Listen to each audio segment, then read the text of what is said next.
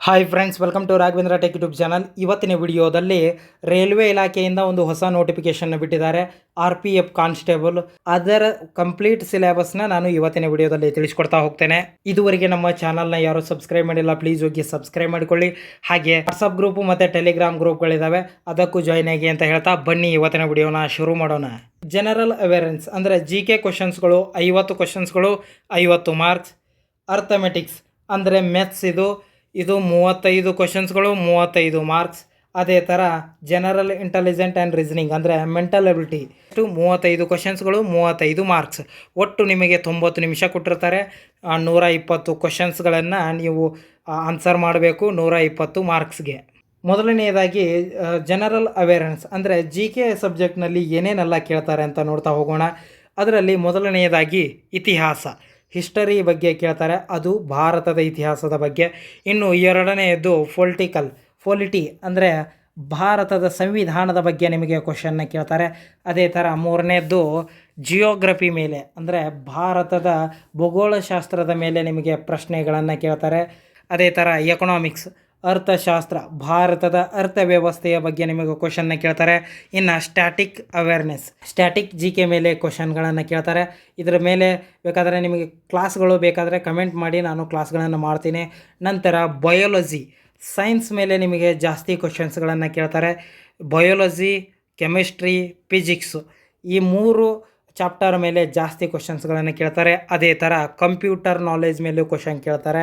ಈಗ ಕರ್ನಾಟಕದ ಯಾವುದೇ ಎಕ್ಸಾಮ್ ಬರೆದರೂ ಸಹ ನಿಮಗೆ ಕಂಪ್ಯೂಟರ್ ಫಿಕ್ಸ್ ಮಾಡಿದ್ದಾರೆ. ಅದೇ ಥರ ಈ RPF ಅಂದರೆ ರೈಲ್ವೆ ಪ್ರೊಟೆಕ್ಷನ್ ಫೋರ್ಸ್ನಲ್ಲೂ ಸಹ ನಿಮಗೆ ಕಂಪ್ಯೂಟರ್ ನಾಲೆಜ್ ಮೇಲೆ ಕ್ವಶನ್ ಕೇಳ್ತಾರೆ.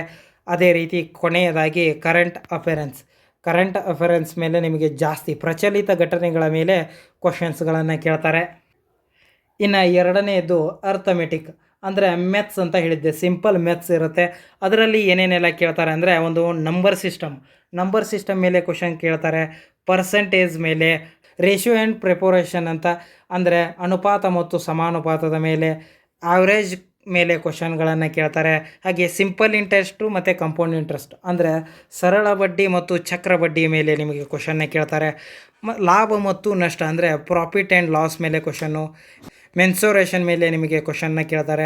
ಹಾಗೆ ಟೈಮ್ ಆ್ಯಂಡ್ ಡಿಸ್ಟೆನ್ಸ್ ಇದರ ಮೇಲೆ ಇಷ್ಟು ಚಾಪ್ಟರ್ಗಳ ಮೇಲೆ ನಿಮಗೆ ಕ್ವಶನ್ಸ್ಗಳನ್ನು ಕೇಳ್ತಾರೆ. ಇನ್ನು ಕೊನೆಯದಾಗಿ ಜನರಲ್ ಇಂಟೆಲಿಜೆನ್ಸ್ ಆ್ಯಂಡ್ ರೀಸನಿಂಗ್ ಅಂದರೆ ಮೆಂಟಲ್ ಎಬಿಲಿಟಿಯಲ್ಲಿ ಏನೇನೆಲ್ಲ ಕೇಳ್ತಾರೆ ಅಂದರೆ ಒಂದು ಅನಾಲಜಿ ಮೇಲೆ ಕ್ವಶನ್ಸ್ಗಳನ್ನು ಕೇಳ್ತಾರೆ. ಇದನ್ನು ಬೇಕಾದರೆ ಚಾಪ್ಟರ್ ವೈಸ್ ನಿಮಗೆ ಕ್ಲಾಸ್ ಮಾಡಿ ಹಾಕ್ತೇನೆ. ನಂತರ ಆಡ್ ಒನ್ ಔಟ್ ಅಂತ ಕ್ವಶನ್ ಕೇಳ್ತಾರೆ. ನಂಬರ್ ಸೀರೀಸ್ ಮೇಲೆ, ಸ್ಟೇಟ್ಮೆಂಟ್ ಆ್ಯಂಡ್ ಕನ್ಕ್ಲೂಷನ್ ಮೇಲೆ ಕೇಳ್ತಾರೆ. ಇದನ್ನು ಬೇಕಾದರೆ ನಾನು ನಿಮಗೆ ಮುಂದೆ ತಿಳಿಸ್ಕೊಡ್ತಾ ಹೋಗ್ತೇನೆ. ಡೈರೆಕ್ಷನ್ ಅಂದರೆ ದಿಕ್ಕುಗಳ ಬಗ್ಗೆ, ಕೋಡಿಂಗು ಡಿಕೋಡಿಂಗ್. ನೀವೇನಾದರೂ SSC MTS ಹಾಗೆ ಈ ಮೊನ್ನೆ ನಡೆದಂತಹ SSC GD ಎಕ್ಸಾಮ್ನ ಬರೆದಿದ್ದರೆ ನಿಮಗೆ ಆಲ್ರೆಡಿ ಇವೆಲ್ಲ ಗೊತ್ತಿರುತ್ತೆ. ಅದೇ ಥರ ಮ್ಯಾಥಮೆಟಿಕಲ್ ಆಪ್ರೇಷನ್, ಮೆಟ್ರಿಕ್ಸ್ ಮೇಲೆ ಕ್ವಶನ್ ಕೇಳ್ತಾರೆ.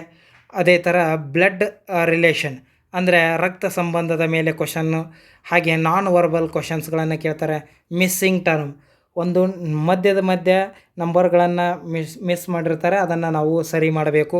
ಈ ತರಹದ ಜಸ್ಟ್ ಮೆಂಟಲ್ ಎಬಿಲಿಟಿ ಕ್ವಶನ್ಸ್ಗಳನ್ನು ಕೇಳಿರ್ತಾರೆ.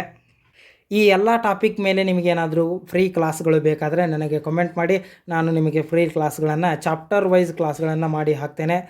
ಈ ವಿಡಿಯೋದ ಬಗ್ಗೆ ನಿಮಗೇನಾದರೂ ಡೌಟ್ಸ್ ಇದ್ದರೆ ಕಮೆಂಟ್ ಮಾಡಿ. ಹಾಗೆ ಈ ವಿಡಿಯೋನ ಆದಷ್ಟು ನಿಮ್ಮ ಎಲ್ಲ ಸ್ನೇಹಿತರಿಗೂ ಶೇರ್ ಮಾಡಿ ಅಂತ ಹೇಳ್ತಾ ಇವತ್ತಿನ ವಿಡಿಯೋನ ಮುಗಿಸ್ತಾ ಇದ್ದೀನಿ. ಧನ್ಯವಾದಗಳು.